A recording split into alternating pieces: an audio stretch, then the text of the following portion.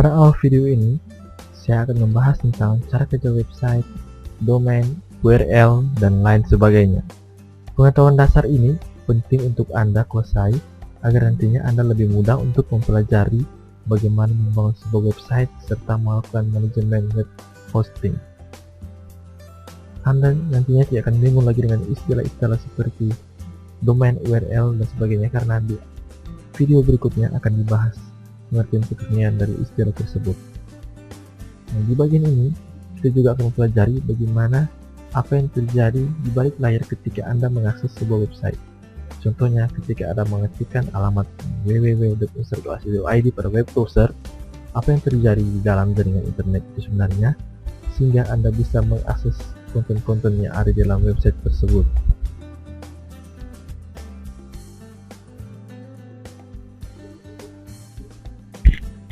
Kita mulai dari website. Apaan sih website itu? Ketika Anda ingin mengakses sebuah halaman website, sebagian dari Anda akan mengetik kata www di depannya. Misalnya, ketika Anda ingin mengakses Google, maka Anda akan mengetikkan www.google.com. Ketika Anda ingin mengakses Yahoo, maka Anda juga akan mengetikkan www.yahoo.com. Atau ketika Anda ingin login ke portal Unsrat, maka Anda mengetikkan portal.unsrat.ac.id. www merupakan singkatan dari World Wide Web, atau yang lebih sering kita dengar dengan sebutan website, atau banyak yang menyebutnya dengan kata web saja.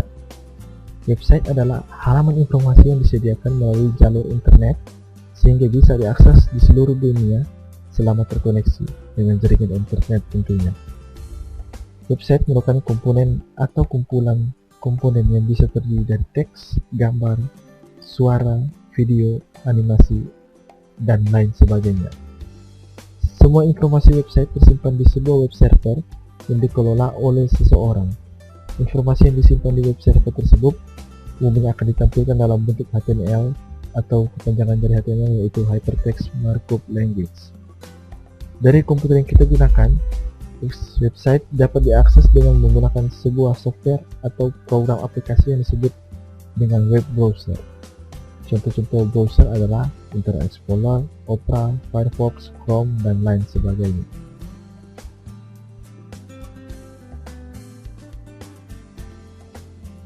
Sekarang, saya akan menjelaskan cara kerja website.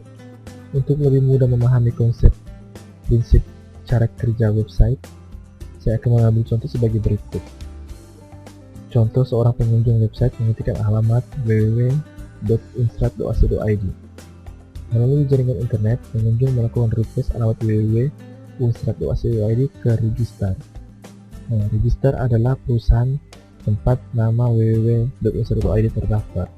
Register memerintahkan DNS server untuk mencari alamat www.unsrat.ac.id. Kemudian DNS server menemukan alamat www.unsrat.ac.id dan memerintahkan hosting server untuk memberikan file-file yang diminta oleh pengunjung. File-file yang diberikan oleh hosting server diterima dan diterjemahkan, kemudian ditampilkan ke web browser. Untuk lebih memahami banyak contoh bagaimana cara prinsip kerja website, silakan Anda mencari di Wikipedia atau di halaman-halaman website yang tersedia.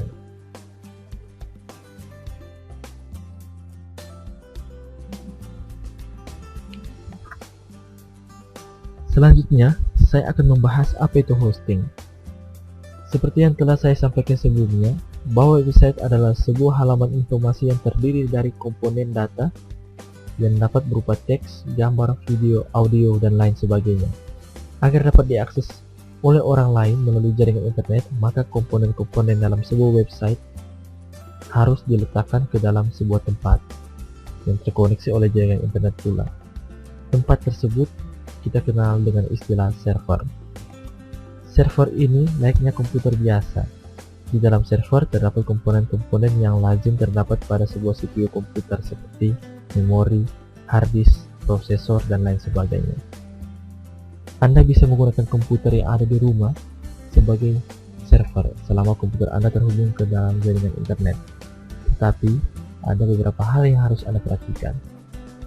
Pertama, agar dapat melayani permintaan pengunjung yang akan mengakses website Anda selama 24 jam penuh, maka komputer server harus dalam keadaan menyala selama 24 jam non-stop. Jika Anda mematikan komputer server, maka website Anda tidak akan bisa diakses, dan website yang sering offline dijauhi oleh pengunjung dan mesin pencari. Menyalakan atau menghidupkan komputer selama 24 jam penuh tentunya akan sangat menyiksa komputer dan bagian listrik Anda. Kedua, website Anda nantinya akan menerima permintaan request dari pengunjung. Semakin banyak request dari pengunjung, maka kinerja komputer server Anda akan semakin terbebani. Jika komputer Anda tidak bisa menerima permintaan dari pengunjung lagi, maka website Anda akan tumbang. Untuk itulah komputer server harus memiliki spesifikasi yang khusus yang jauh di atas spesifikasi rata-rata komputer rumahan, dan untuk itu Anda harus mengeluarkan dana ekstra tentunya. Ketiga, Anda harus memiliki koneksi internet yang cepat yang memampui. Jika kecepatan upload koneksi internet Anda tidak memenuhi syarat, maka website Anda akan sangat lambat diakses. Website lambat akan dijauhi pengunjung dan mesin pencari. Dengan mempertimbangkan hal-hal di atas, ditambah lagi pertimbangan perawatan, maintenance komputer server, tenaga, pikiran, biaya yang harus Anda keluarkan, maka menggunakan komputer pribadi sebagai server adalah keputusan yang sangat tidak bijak, kecuali Anda memiliki uang dan tenaga yang cukup. Nah, untuk itulah muncul perusahaan jasa yang menyewakan server. Maka untuk Anda huni, perusahaan ini memang spesialnya menyewakan space server mereka sebagai tempat Anda menyimpan komponen-komponen website Anda. Perusahaan jasa seperti ini kita kenal dengan istilah perusahaan hosting, dan server yang disewakan kita kenal dengan istilah server hosting atau web hosting. Dengan menyewa server milik perusahaan hosting, Anda tidak perlu repot-repot mengurus server yang Anda sewa.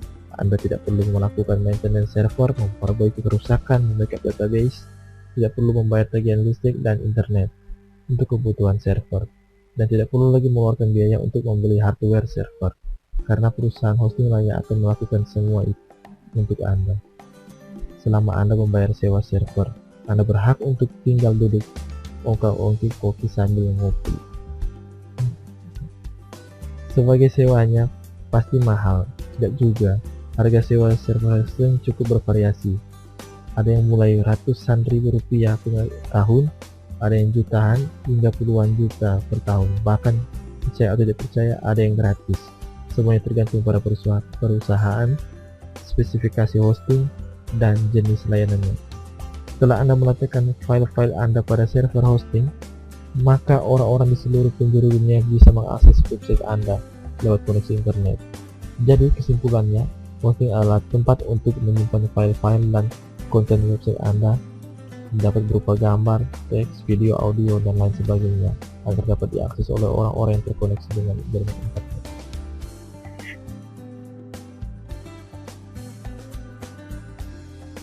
Selanjutnya, saya akan membahas tentang DNS. Apa itu DNS? Ketika Anda sudah menempatkan file-file dan konten-konten website Anda yang dapat berupa teks, gambar, video, audio, dan lain sebagainya ke dalam server hosting, apakah orang-orang terhubung dengan jaringan internet sudah bisa mengakses website Anda? Jawabannya tentu saja, selama mereka mengetahui alamat IP website Anda tentunya.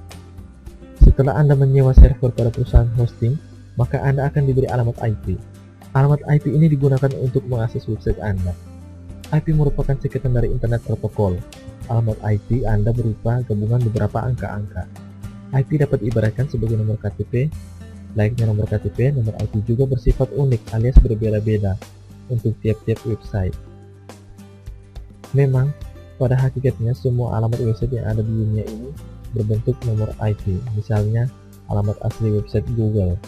Salah satu IP-nya adalah 173.194.38.191. Lalu alamat asli dari website Google tersebut adalah alamat IP tersebut.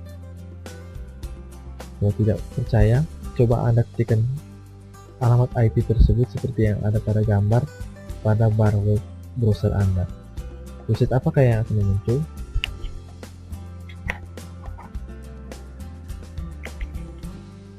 Jika alamat asli sebuah website berupa angka-angka, IP seperti 173.194.381, kok bisa kita mengakses dengan menggunakan nama yang lebih manusiawi seperti google.com?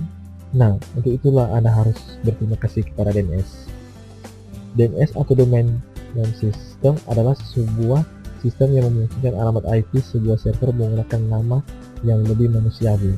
Karena sistem alamat dengan menggunakan nomor IP ini sangat ribet dan susah untuk diingat, maka digunakanlah sistem penamaan website menggunakan huruf.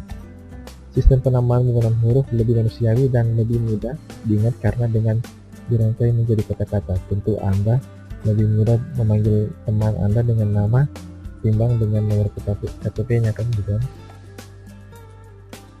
Dengan adanya DNS, Anda cukup mengetikkan www.google.com pada web browser Anda untuk mengakses website Google tanpa harus mengetikkan 173.194.381. Demikian pula jika Anda hendak mengakses situs lainnya. Jauh lebih praktis dan mudah, kan? Bagaimana menurut Anda?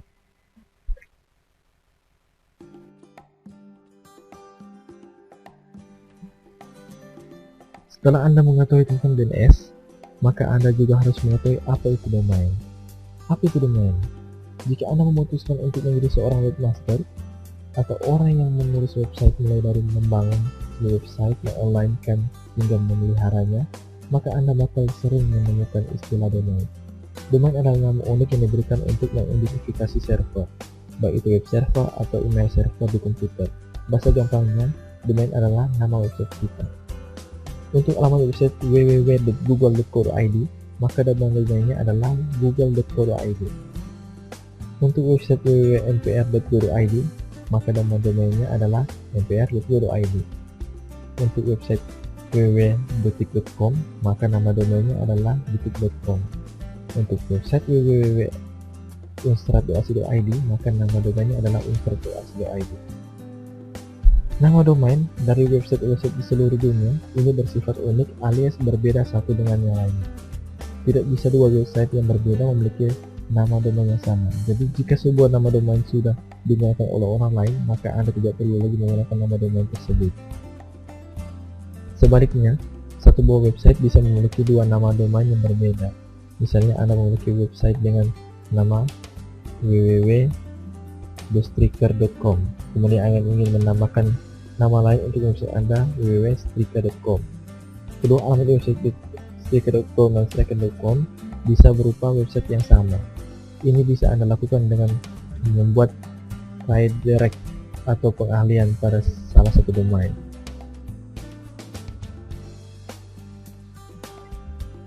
Pada bagian ini, saya ingin membahas sedikit tentang ekstensi domain. Satu lagi yang perlu Anda ketahui dalam nama domain adalah ekstensi domain. Ekstensi domain tidak hanya .com saja, tapi masih banyak lagi ekstensi domain seperti .co.id, .net, .org, .asia, .ac, .id, dan lain sebagainya. Namun kebanyakan ekstensi domain tersebut dibagi menjadi 3 kategori. Pertama, generic top level domain, merupakan kategori ekstensi domain yang umum digunakan secara luas seperti .com, .net, .org, .info, dan lain sebagainya. Yang kedua adalah country code top level domain, adalah kategori ekstensi domain yang merupakan kode dari tiap-tiap negara seperti .id untuk Indonesia, .us untuk Amerika Serikat, .jp untuk Jepang, .sg untuk Singapura, dan lain sebagainya. Dan yang terakhir, infrastruktur top level domain, merupakan domain khusus untuk infrastruktur. Satu-satunya domain jenis ini adalah .irpa. Contoh-contoh penggunaan ekstensi domain terdiri dari beberapa ekstensi domain. Di sini Anda bisa melihat pada gambar bahwa terdapat .com, .info, .int, .net, .org, dan lain sebagainya. Saya akan membahas sedikit tentang nama-nama domain ini. Yang pertama adalah .com. .com digunakan untuk nama domain website umum atau komersial. Contoh .com, facebook.com, tokomahal.com, dan lain sebagainya. Dan kedua adalah .info, umumnya digunakan pada situs-situs informasi. Ada juga .org, digunakan untuk mengakses website organisasi, lembaga, atau yayasan lain sebagainya. .tv digunakan untuk situs atau website di dalam industri televisi dan penyiaran, dan lain sebagainya.